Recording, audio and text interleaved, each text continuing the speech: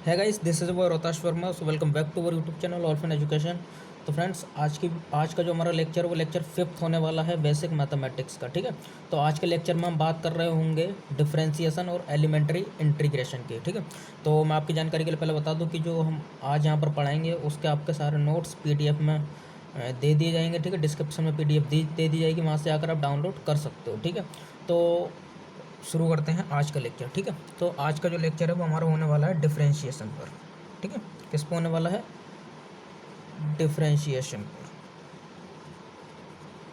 ठीक है, तो अगर हम बात करें डिफरेंशिएशन की, ठीक है, तो मैं आपको बहुत ही सिंपल वे में समझा दे रहा हूँ। जहाँ हम बात करते हैं डिफरेंशिएशन की, ठीक है, तो हमारा मकसद होता है d y upon d x है। ठीक है, तो हम लिखें यहाँ पर जैसे d y upon d x.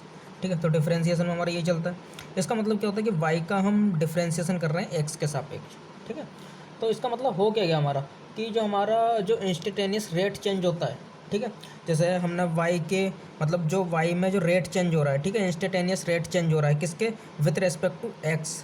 ठीक है, तो उसे मेजर करने के लिए हम क्या करते हैं? हम डिफरेंशिएशन करते हैं। जैसे मैं आपको सिंपल वे में समझा देता हूँ। जैसे अगर मैं बात करूँ, मान लो वाई को मैं मान ले रहा हूँ हमारी वेलोसिटी हो गई। ठीक है, और एक्स को क्या मान ले रहा हूँ? एक्स को मैं टाइम मान ले रहा हूँ। तो यहाँ पर क्या हो जाएगा? हमारा d v upon d t हो जाएगा। ठीक है, तो हम इसे कैसे पढ़ते हैं कि हमारे वेलोसिटी में चेंज हो रहा है किसके रेस्पेक्ट में? टाइम के रेस्पेक्ट में। तो हम इसे क्या लिखते हैं? D v upon d t. ठीक है, वेलोसिटी में इंस्टेंटेनियस रेट चेंज हो रहा है किसके रेस्पेक्ट में? टाइम के रेस्पेक्ट में। ठीक है, तो इसे हम क्या लिख सकते हैं? D v upon d t. ठीक है, तो यही हमारा क्या हो जाता है? डिफरेंशिएशन। और ये किसके बराबर होता है? ये एक्सेलरेशन के बराबर होता है। ठीक है, अगर हम काइनेमेटिक्स पढ़ रहे होंगे तो मैं इसके बारे में पूरे अच्छे तरीके से बात करूँगा। ठीक है, पूरे डिटेल में बात करूँगा। तो अभी आप इतना समझ लो कि d y upon d x यानी कि डिफरेंशिएशन हमारा होता क्या है।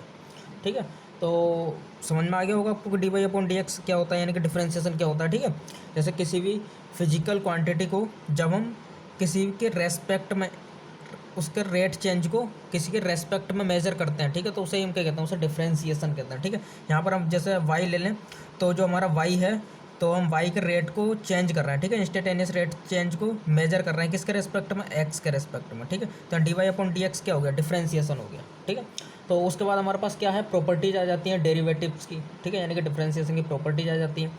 तो यहाँ पर मैं लिख देता हूँ प्रॉपर्टीज ऑफ डेरिवेटिव। ठीक है, अगर मैं प्रॉपर्टीज ऑफ डेरिवेटिव्स की बात करूँ, ठीक है, तो जैसा हम डिफरेंशिएशन करते हैं। ठीक है, तो मान लो हमारा जो फर्स्ट आ जाता है वो आ जाता है differentiation of a constant times a function. ठीक है, तो यहाँ पर मैं लिख देता हूँ। ठीक है, लिख नहीं रहा हूँ, आपको नोट्स तो मिल ही जाएंगे। जैसे मैं आपको डायरेक्ट समझा रहा हूँ फॉर्मूले से। ठीक है, जैसे हमारे पास मान लो कोई फंक्शन है एफ एक्स। ठीक है, इसके साथ क्या दे रखा? मान लो कोई कांस्टेंट फंक्शन दे रखा है के। ठीक है, कोई कांस्टेंट दे रखा है हमारे पास किसी फंक्शन के साथ में, और हम उसका क्या करना? हम उसका करना डिफरेंशिएशन किसके रेस्पेक्ट में? एक्स के रेस्पेक्ट में। तो जो हमारा कांस्टेंट होता है वो क्या हो जाता है? वो हमारा बाहर आ जाता है। ठीक है, तो क्या हो जाएगा? के D upon d x into F x. ठीक है, ये इस तरीके से हो जाएगा, ये पूरा है। ठीक है, तो और इसे भी हम किस तरीके से लिख सकते हैं? के D upon d x into F. ठीक है, इस तरीके से हम इसे रिप्रेजेंट कर सकते हैं। ठीक है, तो ये हमारे पास किस में आ जाता है? ये आ जाता है derivative of a constant times a function. ठीक है, उसके बाद हमारा दूसरा पॉइंट आता है, वो हमारा आ जाता है derivative of the sum of the two function. ठीक है, हमारे पास क्या है? हमारे पास दो डेरिवेटिव्स का फंक्शन मतलब सम दे रखा है। ठीक है, दो डेरिवेटिव है, दो डेरिवेटिव फंक्शन है, उनका हमारे पास क्या दे रखा है? सम दे रखा है। जैसे मान लो एक है हमारे पास एफ एक्स और प्लस क्या दे रखा है? जी एक्स। ठीक है, तो जब हम इसका डिफरेंशिएशन करते हैं किसके साथ? किसके रेस्पेक्ट में? डी एक्स के रेस्पेक्ट में, यानी कि एक्स के रेस्पेक्ट में। तो हमारा क्या होता है कि ये बट जाता है। ठीक है, तो पहले तो हम इसका हो जाएगा, ये क्या हो जाएगा? D upon d x f x plus d upon d x g x. ठीक है, तो इसे हम कैसे लिख सकते हैं? डी अपॉन डी एक्स, मान लो एफ एक्स का डिफरेंशिएशन क्या हो गया? F plus d upon d x, और जी एक्स का डिफरेंशिएशन क्या हो गया? जी। ठीक है, तो इस तरीके से हम इसे रिप्रेजेंट कर सकते हैं। ये हमारे पास क्या हो जाता है? Derivative of the sum of the two function. ठीक है, फिर उसके बाद में हमारा क्या आ जाता है? हमारा आ जाता है तीसरा नंबर। ठीक है, अभी प्रॉपर्टीज़ में हम चल रहे हैं। ठीक है, तो तीसरे नंबर में हमारे पास क्या आ जाता है? लीनियर प्रॉपर्टीज ऑफ डिफरेंशिएशन की आ जाती है। ठीक है, लीनियर प्रॉपर्टीज़ क्या हो गई? जैसे मान लो कि हमारे पास दे रखा है डी अपॉन डी एक्स। ठीक है, लीनियर प्रॉपर्टी जो होती है वो सम के ही तरह काम करती है। अगर जैसे मान लो मेरे पास सम दे रखे हैं, यहाँ पर दो दे रखे हैं, हो सकता है मैं 3 ले लूँ, 4 ले लूँ, ठीक है। तो वो क्या होगा, वो आगे बढ़ता जाएगा, 3 हो जाएगा, 4 हो जाएगा, 5 हो जाएगा। तो वो जब ज़्यादा हो जाते हैं तो हमारे पास क्या आ जाता है, लीनियर प्रॉपर्टीज में आ जाता है, ठीक ठीक है। तो वहाँ पर हमारा प्लस भी हो सकता है और माइनस भी हो सकता है। मान लो ये दे रखा है हमारे पास डी अपॉन डी एक्स है, ठीक है, और हमारे पास कोई फंक्शन ऑफ एक्स दे रखा है जिसका हम डिफ्रेंशिएशन कर रहे हैं, और उसके साथ में मान लो कोई ए कॉन्स्टेंट दे रखा है, ठीक है। फिर प्लस, फिर एक फंक्शन दे रखा है जी एक्स, ठीक है, और उसको कॉन्स्टेंट में क्या दे रखा है, बी दे रखा है। पूरा का क्या कर रहे हैं हम, डिफ्रेंशिएशन कर रहे हैं, ठीक है। जब हम डिफ्रेंशिएशन करेंगे तो ये कॉन्स्टेंट क्या हो जाएगा, बाहर आ जाएगा। इसका क्या हो जाएगा, डिफ्रेंशिएशन एफ हो जाएगा, प्लस इसका बाहर आ जाएगा, ठीक है, और इसका डिफ्रेंशिएशन क्या हो जाएगा, डी अपॉन डी एक्स जी, ठीक है। तो ये क्या हो जाता है हमारे पास लीनियर प्रॉपर्टी जो हो जाती है डिफ्रेंशिएशन की, ठीक है। उसके बाद हमारा आ जाता है जैसे डिफ्रेंशिएशन के क्या आ जाता है, कॉमनली यूज, मतलब जो फंक्शन आ जाते हैं कॉमनली जो यूज होते हैं, ठीक है। मान लो मैं यहाँ पर लिख दे रहा हूँ हमारा चौथे में कॉमनली यूज्ड फंक्शन,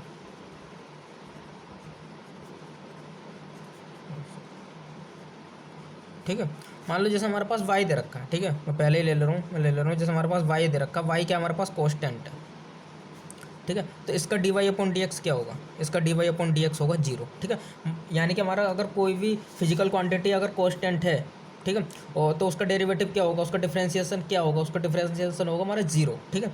उसी तरीके से हम दूसरा ले लेंगे, मान लो y इज इक्वल टू दे रखा हमारे पास x की पावर n, ठीक है। यहाँ पर n क्या हो सकता है, 1 हो सकता है, 2 हो सकता है, 3 हो सकता है, 4 हो सकता है, ठीक है। तो उसका d y upon d x क्या होता है, इसका d y upon d x होता है हमारे पास एन एक्स एन माइनस 1, ठीक है। यानी कि घात उठकर आगे आ जाती है, हमारी जो पावर होती है उठकर आगे आ जाती है, पावर में से एक घट जाता है, ठीक है।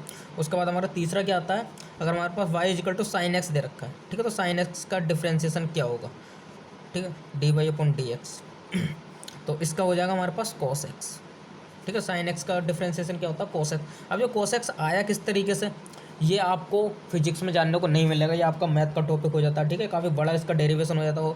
बाय द वे मैं डेरिवेशन यहाँ पर करा दूँ, लेकिन उसकी आपको यूज नहीं है, ठीक है, तो कराने से कोई फायदा भी नहीं है। उसका डेरिवेशन काफ़ी यूज हो जाता है, ठीक है, फंक्शन उसमें लग जाता है, फंक्शन का भी काफ़ी बड़ा टॉपिक लग जाता है, लिमिट्स लग जाती है उसमें, तो वो फिर आपका इतना यूज में नहीं रहता। आपको डायरेक्ट पता होना चाहिए कि हमारा साइन एक्स का जो डिफ्रेंशिएशन होता है वो क्या होता है, ठीक है। तो साइन एक्स का हमारा डिफ्रेंशिएशन क्या होता है, कॉस एक्स होता है। उसके बाद हमारा आ जाता है चौथा, अगर दे रखा है y is equal to cos x, ठीक है, तो कॉस एक्स का डिफ्रेंशिएशन क्या हो जाता है, अगर d y upon d x की बात करूँ तो इसका हो जाता है माइनस का साइन एक्स, ठीक है। साइन एक्स का होता है प्लस का कॉस एक्स, और कॉस एक्स का होता है माइनस का साइन एक्स, ठीक है। फिर आ जाता है हमारा पाँचवा, अगर हमारे पास दे रखा y is equal to tan x, ठीक है, तो इसका d y upon d x क्या हो जाएगा, इसका d y upon d x हो जाएगा सेक स्क्वायर एक्स, ठीक है। फिर हम आगे चलते हैं, ठीक है। टेन एक्स से आगे हमारे पास क्या आ जाता है, हमारे पास ई की पावर एक्स आ जाता है, ठीक है। तो यहाँ पर मैं लिख देता हूँ, अगर हमारे पास y इज इक्वल टू दे रखा है e की पावर x, ठीक है, तो इसका d y upon d x क्या होगा, इसका d y upon d x e की पावर x ही होता है, ठीक है। फिर उसके बाद हमारा क्या आ जाता है, सातवां आ जाता है, ठीक है। सातवें में अगर हमारे पास दे रखा है y is equal to log x दे रखा है मान लो, ठीक है, तो लॉग एक्स का d y upon d x यानी कि डिफ्रेंशिएशन क्या होता है, वो होता है 1 अपॉन एक्स, ठीक है। तो कुछ कॉमन डिफ्रेंशिएशन हो जाते हैं, जैसे कॉन्स्टेंट का क्या होता है, एक्स की पावर एन का क्या होता है, साइन एक्स का क्या होता है, कॉस एक्स का क्या होता है, टेन एक्स का क्या होता है, ई की पावर एक्स का क्या होता है, लॉग एक्स का क्या होता है, तो ये आपको थोड़ा पता होना चाहिए, ठीक है। फिर उसके बाद में हमारा डिफ्रेंशिएशन में क्या आ जाता है, ठीक है, फिर आ जाता है एक इम्पोर्टेंट प्रोडक्ट रूल, ठीक है, ये काफ़ी इंपॉर्टेंट हो जाता है। इसके बाद भी हम एक रूल पढ़ेंगे जो क्वाड्रेंट रूल बोलते हैं, लेकिन इतना मतलब इतना ज़्यादा यूज नहीं होता, लेकिन प्रोडक्ट रूल हो सकता है आपको कुछ सवालों में, मतलब हर चैप्टर में 2 या 3 सवालों में जरूर प्रोडक्ट रूल यूज हो रहा होगा जहाँ डिफ्रेंशिएशन की बात हो रही होगी, ठीक है। तो प्रोडक्ट रूल क्या होता है, प्रोडक्ट का मतलब होता है कि हमारे पास कोई दो फंक्शन है जो जिनका प्रोडक्ट दे रखा है। मान लो हमारे पास एक फंक्शन है एफ एक्स, ठीक है, और उसका प्रोडक्ट दे रखा है जी एक्स के साथ, ठीक है, दो फंक्शन होगा। इसका हमें क्या करना है, इसका हमें डी अपॉन डी एक्स निकालना है, ठीक है, डी वाई डी एक्स। तो डी वाई डी एक्स क्या होता है, ठीक है, तो इसका क्या होता है, जैसे हमारे पास एक फंक्शन दे रखा है, ये फर्स्ट फंक्शन है, ये क्या है सेकंड फंक्शन, ठीक है। तो इसका जब हम d y upon d x निकालते हैं तो हम कैसे निकालते हैं, ठीक है। तो सबसे पहले हमारा क्या आ जाता है, फर्स्ट फंक्शन, ठीक है, और differentiation of second function plus second function और डिफ्रेंशिएशन ऑफ फर्स्ट फंक्शन, ठीक है। यहाँ पर भी क्या कर लो, यहाँ पर जी कर लो, अच्छा रहेगा जाता, ठीक है। First function differentiation of second function plus second function differentiation of first function, ठीक है। तो ये हमारे पास क्या हो जाता है, ये हमारा हो जाता है प्रोडक्ट रूल, ठीक है। इसके बाद बिल्कुल सेम क्या होता है, क्वाड्रेंट रूल आ जाता है हमारे पास, ठीक है, मतलब सेम तो नहीं है, ये भी थोड़ा यूज हो जाता है, ठीक है। तो ये आ जाता है हमारे पास क्वाड्रेंट रूल, ठीक है। तो अगर हम क्वाड्रेंट रूल की बात करें, मान लो हमारे पास दो दे रखे हैं, ठीक है, दो वेरिएबल दे रखे हैं, ठीक है, और दोनों वेरिएबल क्या दे रखे हैं, अपॉन में मतलब बाई में दे रखे हैं। जैसे हमारे पास दे रखा है u अपॉन v, ठीक है।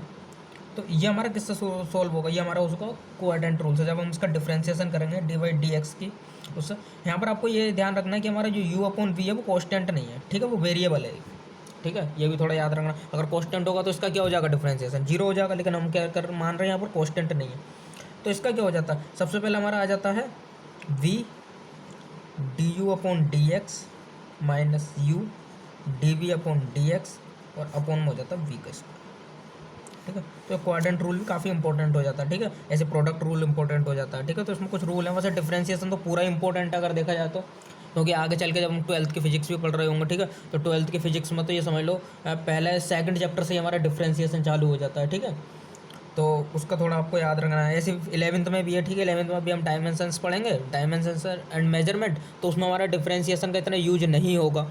लेकिन जैसे जैसे हम आगे बढ़ते जाएंगे, हम काइनेमेटिक्स पढ़ेंगे, हम पैराबोला पढ़ेंगे, हम सेंटर ऑफ मास पढ़ेंगे, ठीक है, फिर हम उसके बाद रोटेशन पढ़ेंगे, तो उसमें हमारा क्या हो जाएगा, डिफ्रेंसिएशन का बहुत ज़्यादा यूज होता है, ठीक है, डिफ्रेंसिएशन हो गया, इंटीग्रेशन हो गया, ठीक है, तो उसका बहुत ज़्यादा यूज हो जाता है, तो उसके हिसाब से थोड़ा इंपॉर्टेंट चैप्टर हो जाता है। अगर आपको डिफ्रेंसिएशन अच्छी तरीके से आता है, इंटीग्रेशन अच्छी तरीके से आता है, तो आप अच्छे तरीके से क्वेश्चन को सोल्व कर पाते हो, ठीक है, उसे हैंडल कर पाते हो क्वेश्चन को किस तरीके से सोल्व करना है, ठीक है। उसके बाद हमारा क्या आ जाता है, चेन रूल आ जाता है। चेन रूल का मतलब होता क्या है, ठीक है, यहाँ पर मैं लिख देता हूँ चेन रूल, ठीक है। अगर मैं चेन रूल की बात करूँ तो चेन रूल हमारा होता क्या है, चेन रूल का मतलब होता है कि हमारे पास मतलब जो एक्स दे रखा है, ठीक है, तो जो एक्स है हमारे पास, उस एक्स का डिफ्रेंसिएशन तब तक करना है जब तक वो एक्स हमारा 1 ना हो जाए, ठीक है, यानी कि एक्स हमारा क्या नहीं हो जाए, एक्स हमारा 1 नहीं हो जाए, ठीक है, वही हमारा क्या कहलाता है, चेन रूल कहलाता है, ठीक है। मान लो हमारे पास क्या दे रखा है, ए एक्स प्लस बी की पावर एन दे रखा है, ठीक है, इसका मुख्य क्या निकालना है, d y upon d y by d x निकालना है, ठीक है। तो हम कैसे करेंगे, हम तो पहले सिंपल ही कर देंगे, इसका d y by d x क्या हो जाएगा, ए एक्स प्लस बी, ठीक है, क्या करते थे, पावर उठ के आगे आ जाती थी और पावर में से एक घट जाता था, लेकिन अब एक्स और दे रखा है, ठीक है, एक्स अंदर दे रखा है, इसे हम एक रूल और बोल देते हैं, क्या बोल देते हैं, आउटसाइड इनसाइड रूल, ठीक है। तो एक्स क्या दे रखा है, इनसाइड दे रखा है, ठीक है, तो इस एक्स का हमें दोबारा डिफ्रेंशिएशन करना पड़ेगा एक्स के साथ, ठीक है, वो क्या हो जाता है इनटू में, तो ये क्या हो जाएगा n a x plus b की पावर एन माइनस 1, ठीक है, और जब एक्स का डिफ्रेंशिएशन दोबारा करेंगे तो क्या आ जाएगा, ए आ जाए, ठीक है। तो हम इसे थोड़ा अच्छी तरीके से लिख देते हैं, a n a x plus b n minus 1, ठीक है। तो ये हमारे पास क्या हो जाता है, चेन रूल हो जाता है, ठीक है। अब यहाँ पर जरूरी नहीं कि एक्स प्लस बी दे रखा हो सकता है सिर्फ ए एक्स दे रखा होता, a x plus b x plus c भी दे रखा होता, ठीक है, तो वो पूरा ही लेना पड़ता फिर हमें, ठीक है, वो किस तरीके से जिस तरीके से सवाल दे रखा होगा उस तरीके से हमें हैंडल करना पड़ेगा, ठीक है। तो उसके बाद हमारे पास क्या आ जाता है, ठीक है, डिफ्रेंसिएशन यहाँ तक मान लो हमारा जो बेसिक डिफ्रेंसिएशन है वो खत्म हो जाता है, ठीक है। उसके बाद हमारे पास क्या आ जाता है, मैक्सिमा एंड मिनिमा आ जाता है, ठीक है। मैक्सिमा एंड मिनिमा को इस तरीके से समझ सकते हो कि जो हमारा डिफ्रेंसिएशन है, ठीक है, उसकी मैक्सिमम वैल्यू क्या है और मिनिमम वैल्यू क्या है, ठीक है। तो मैं आपको यहाँ पर ज़्यादा बोर नहीं करूँगा, मैं आपको सिर्फ डायरेक्ट फॉर्मूले से समझाऊंगा, ठीक है, मैं आपको ग्राफ वगैरह समझाऊंगा नहीं ज़्यादा, डायरेक्ट समझा रहा हूँ, ठीक है। तो मैं यहाँ पर लिख देता हूँ मैक्सिमा एंड मिनिमम, ठीक है। तो मैक्सिमा एंड मिनिमम पे पहले बात करूँगा मैक्सिमा की, ठीक है। तो मैक्सिमा में होता क्या है कि the rate of change of d y by d x is negative of a maximum, ठीक है, मतलब एक मैक्सिमम पर, ठीक है, उस पर क्या हो जाता है, रेट ऑफ चेंज होता है d y by d x का, वो क्या हो जाता है, वो नेगेटिव हो जाता है, ठीक है। यानी कि अब मैं क्या बात कर सकता हूँ कि d y by d x का जो रेट चेंज है, ठीक है, क्या है, d y by d x का रेट चेंज कैसे निकालेंगे, इसका एक और बार डिफ्रेंसिएशन करना पड़ेगा, वो जो हमारे पास क्या आएगा वो नेगेटिव आएगा, यानी कि लेस देन जीरो आएगा। यही हमारे पास क्या होती है, सबसे इंपॉर्टेंट पॉइंट हो जाता है मैक्सिमा का, ठीक है। यानी कि d y by d x का भी जो रेट चेंज होता है वो क्या आ जाता है हमारे पास, वो नेगेटिव आ जाता है, ठीक है, लेस देन जीरो आ जाता है, ठीक है। तो ये आपको पता होना चाहिए कि मैक्सिमा के लिए क्या होता है, d y by d x का जो रेट चेंज हो जाता है वो क्या हो जाता है, नेगेटिव हो जाता है, ठीक है। और यहाँ पर मैं लिख देता हूँ कंडीशन, ठीक है, तो इसके लिए कंडीशन भी होनी चाहिए। कंडीशन क्या होती है, d y by d x जो होता है वो हमारा जीरो होता है, ठीक है, और d y by d x का जो रेट चेंज होता है, यानी कि d y by d x को हम दोबारा डिफ्रेंसिएशन करते हैं तो वो लेस देन जीरो हो जाता है, ठीक है। यही तो हमारे पास क्या हो जाती है, इसकी कंडीशन हो जाती है, ठीक है। तो मैक्सिमम बस आपको इतना ही समझना है। उसके बाद हमारे पास क्या आ जाता है, उसके बाद हमारे पास आ जाता है मिनिमा, ठीक है। तो मिनिमा क्या हो जाता है, मिनिमा को इस तरीके समझ लो बिल्कुल उल्टा उसका, किसका, मैक्सिमा का बिल्कुल उल्टा, ठीक है। मैक्सिमम में जो हमारा रेट चेंज आ रहा था वो क्या था, नेगेटिव था। लेकिन मिनिमम में हमारा क्या होगा, मिनिमम में जो हमारा रेट चेंज आ रहा होगा, ठीक है, वो हमारे पास क्या हो जाएगा, वो हमारे पास पॉजिटिव आएगा। ठीक है।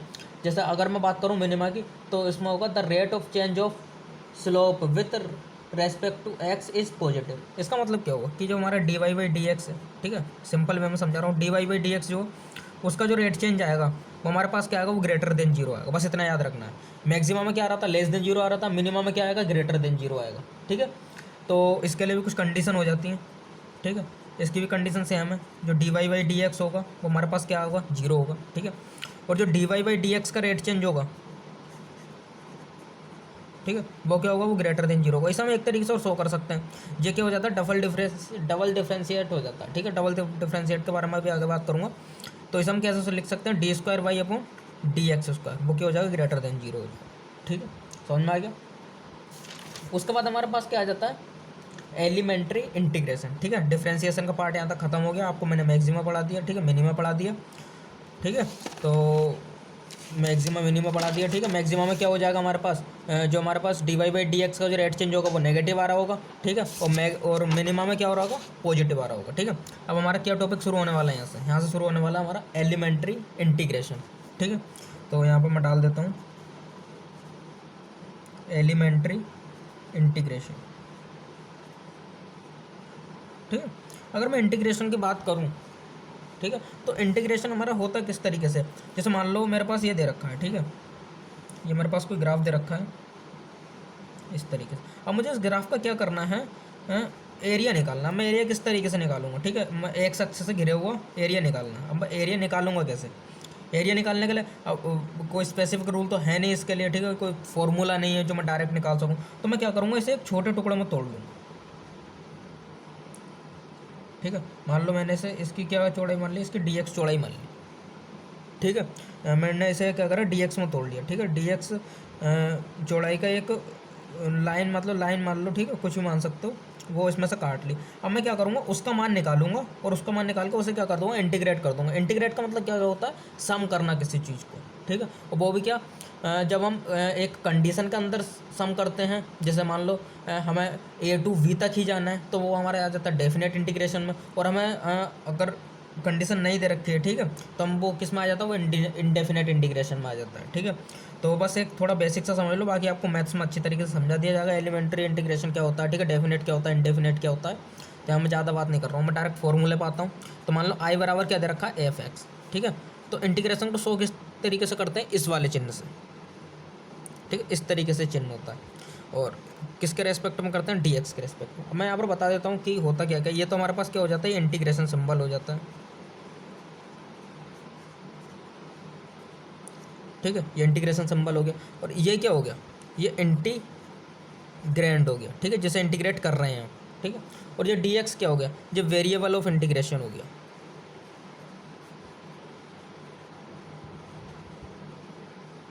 ठीक है। तो इस तरीके से हम शो करते हैं। अब क्या आ जाते हैं, इसके स्टैंडर्ड फॉर्मूला आ जाते हैं। आपको पता चलेगा किस तरीके से करते हैं। अब आपको ये भी पता होना चाहिए कि जैसे हमारे पास वहाँ पर एक्स की पावर एन का हम डिफ्रेंशिएशन कर रहे हैं, तो क्या आ रहा था, एन एक्स और एन एक्स एन एक्स की पावर एन माइनस वन। ठीक है, वही तो आ रहा था हमारे पास, वो एक्स की पावर एन को डिफ्रेंशिएट करके। अगर हम यहाँ पर एक्स की पावर एन को इंटीग्रेट करें, तब हमारे पास क्या आएगा। ठीक है। तो यहाँ पर हम कुछ स्टैंडर्ड फार्मूलों की बात कर लेते हैं। स्टैंडर्ड, ठीक है। अगर मैं स्टैंडर्ड फार्मूले की बात करूं, तो आप पहले ये मान लो कि हमारे पास मान लो कोई यू दे रखा है। ठीक है। यू कोई का हमारे पास फिजिकल वेरिएबल है, जिसका डिफ्रेंशिएशन कर रहे हैं हम डी एक्स के रेस्पेक्ट में, मतलब डिफ्रेंशिएशन है, सॉरी, इंटीग्रेशन कर रहे हैं। ठीक है। और यू के साथ क्या दे रखा है, एक सी कॉन्स्टेंट दे रखा है। ठीक है। यहाँ पर मेरा सी से मतलब कॉन्स्टेंट ही होगा। ठीक है। आपको ज़्यादा वो होने की ज़रूरत नहीं है। ठीक है। तो इसमें होता क्या है, जो हमारा कॉन्स्टेंट होता है वो बाहर आ जाता है। ठीक है। और ये क्या हो जाएगा, यू डी एक्स हो जाएगा। ठीक है। ये फर्स्ट हो जाता है हमारा। दूसरा हमारे पास क्या हो जाता है, जैसे उसमें लीनियर प्रॉपर्टी थी। ठीक है। तो इसमें भी हम लीनियर प्रॉपर्टी की बात करेंगे। लेकिन अभी आप ये समझ लो, मान लो तीन हमारे पास फिजिकल वेरिएबल दे रखे हैं, u plus minus v plus minus डब्ल्यू। ठीक है। इन्हें हम इंटीग्रेट कर रहे हैं डी एक्स के रेस्पेक्ट में। ठीक है। तो इनका क्या होगा, ये क्या होता है, ये बट जाता है। ठीक है। यानी कि बटने से क्या मतलब है कि यू की गलत हो गया यार, जैसे इसे मैं क्या लिख सकता हूँ, यहाँ पर बराबर में इधर लिख देता हूँ। ये क्या हो जाएगा, यू को इंटीग्रेट कर देंगे D x plus minus v को इंटीग्रेट कर देंगे dx के रेस्पेक्ट में, ठीक है, प्लस माइनस w को इंटीग्रेट कर देंगे dx के रेस्पेक्ट में, ठीक है, इस तरीके से बट जाता है इस पर, ठीक है, ये आपको पता होना चाहिए। उसके बाद में क्या आ जाता है हमारा मोस्ट इंपॉर्टेंट, ठीक है, जिसका यूज कहीं ना कहीं जरूरी हो रहा होगा फिजिक्स में, ठीक है, या ट्रिग्नोमेट्री लग रही हो या नहीं लग रही हो, इसका यूज तो जरूरी हो रहा होगा, ठीक है। जैसे मान लो क्या हो रहा है, एक्स की पावर एन का dx के सापेक्ष इंटीग्रेट कर रहा है, तो वो क्या होता है हमारे पास, वो होता है हमारे पास एक्स की पावर n+1 अपॉन n+1, ठीक है, एक्स की पावर एक घात जोड़ देते हैं और बटे में n+1 लिख देते हैं, ठीक है, और प्लस में हमारा क्या आ जाता है, प्लस में आ जाता है सी का मतलब क्या होता है, कोस्टेंट, ठीक है।